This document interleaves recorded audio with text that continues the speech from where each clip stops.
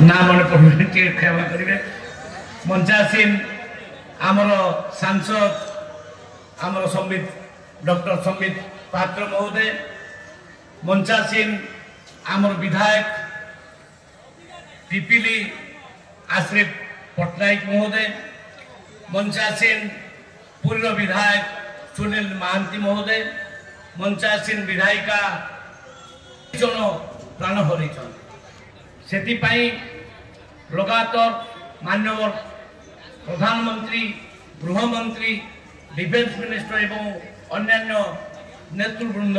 बसिक योजना कर निश्चित जवाब दिज्व जवाब अपेक्षार आम अच्छू आपण मान भी निश्चित भाव में थे भारत केबे हेले साइलेंटली बसी पारिबो नाही जिते बेले भी उग्रवादी आक्रमण होईची